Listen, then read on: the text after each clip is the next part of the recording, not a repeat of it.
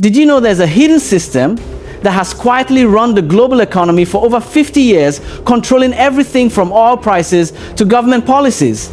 It's not the banks, it's not the stock market, it's the petrodollar. To understand the petrodollar, you first have to grasp why oil matters so much. We burn it to power cars, planes, and ships that move people and goods worldwide. We turn it into plastics, chemicals, fertilizers, and countless everyday products. In many countries, it's even used to generate electricity. Modern life literally runs on oil.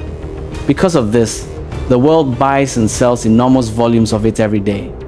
Some nations produce far more than they need, like Saudi Arabia, while others, like Japan, import almost everything they use. This creates one of the largest markets on the planet, the global oil trade. So how did the US dollar end up dominating this market? Let's go back to the end of World War II. While much of the world lay in ruins, the United States emerged with its economy and factories largely intact. In 1944, at the Bretton Woods Conference, world leaders agreed to build a new global financial system centered on the US dollar.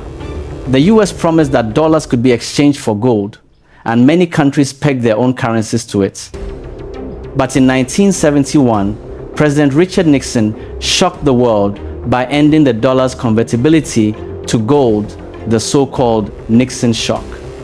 The world shifted from a gold-backed system to fiat currency, where money's value comes from government trust and economic strength rather than a physical commodity.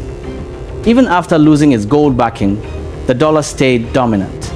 The US had the world's largest economy, political stability, and many international deals were already settled in dollars. It became the world's reserve currency, held in huge amounts by central banks everywhere. Then came the 1973 OPEC oil crisis. During the Yom Kippur War, Arab oil producers cut off supplies to nations supporting Israel, including the United States, causing oil prices to quadruple. The resulting shortages and inflation hammered Western economies.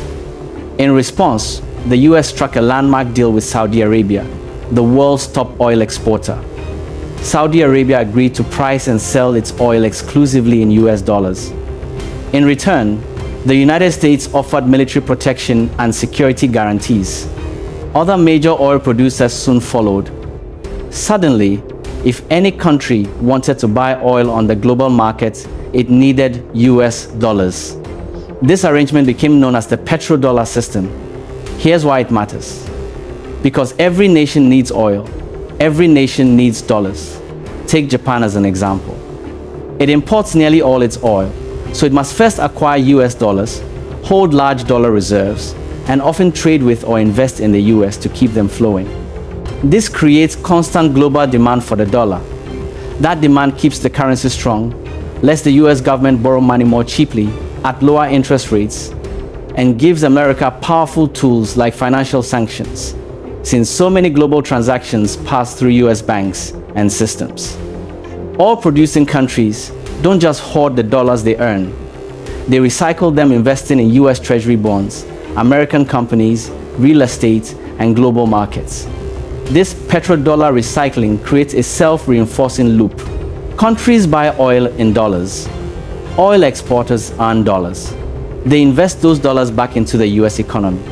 The dollar stays strong and in demand.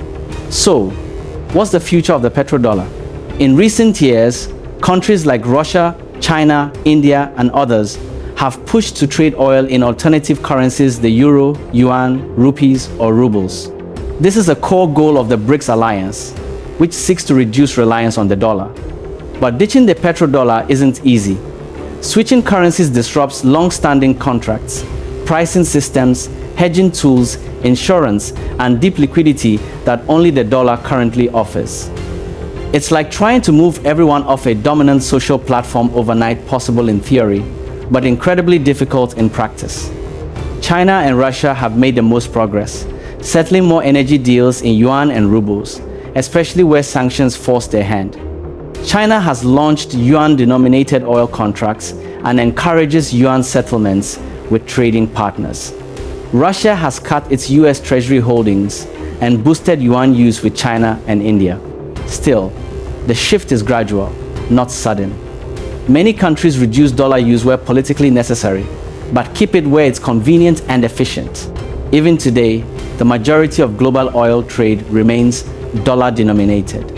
China is also challenging the system through the gold market. Check out our related video for how that's driving record gold prices. The petrodollar helped keep the US dollar at the center of the world economy for decades, but pressures are building. The system that shaped our world since the 1970s is slowly evolving. Thanks for watching. See you in the next one.